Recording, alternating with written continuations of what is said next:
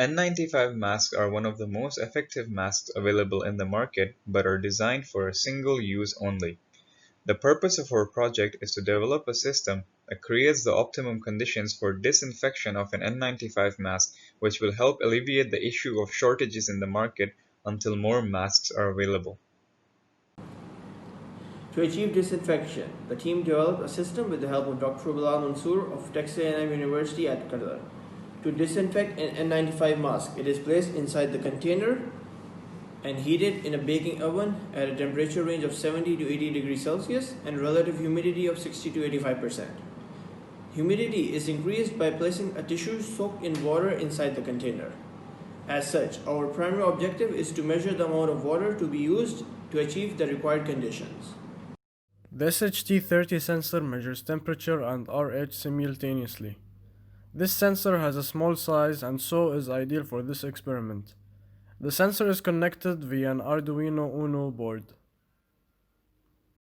An alternative setup considered for the experiment used the vernier temperature and relative humidity sensors. Upon conducting a calibration test and a t-test comparison with the SHT sensor, it was found that the humidity sensor did not work well at elevated temperatures, and hence the team decided to not use the vernier sensors for the project. First, I will place paper towel inside the box, then add some water. SHT sensor is placed like that. I'll close the box and immediately run the program, which will record the data and export it to Excel sheet. Now place the box inside the preheated oven and run the experiment for 30 minutes.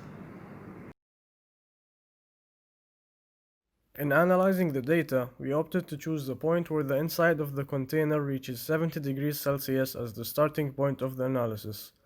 This is because 70 degrees Celsius is the beginning of the disinfection condition range that we are interested in.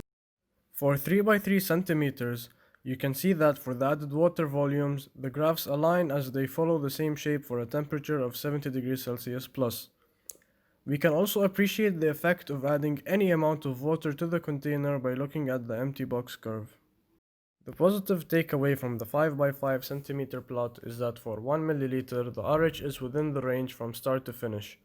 However, for 1.5 milliliter, RH exceeds the range as it reaches 90%. From these figures, we may observe that, as you would expect, there is a positive correlation between volume of water added and maximum percentage RH reached. The average temperatures with their standard deviations are also plotted to confirm that the temperature ranges for each of the runs were similar. To conclude our experiment, we set out to find the right amount of water to be used to achieve the set conditions of relative humidity at a constant temperature. We found using 0.5 to 1 ml of water heated at 70 degrees Celsius would successfully maintain relative humidity between 60 to 85% for approximately 30 minutes. Comparing a 3 by 3 centimeter tissue with a 5 by 5 centimeter tissue, we found that the 5 by 5 centimeter tissue reached the humidity range earlier and maintained it, indicating the surface area of the water medium also had an impact on the experiment, with a larger surface area leading to an increase in water evaporation and finally increased relative humidity.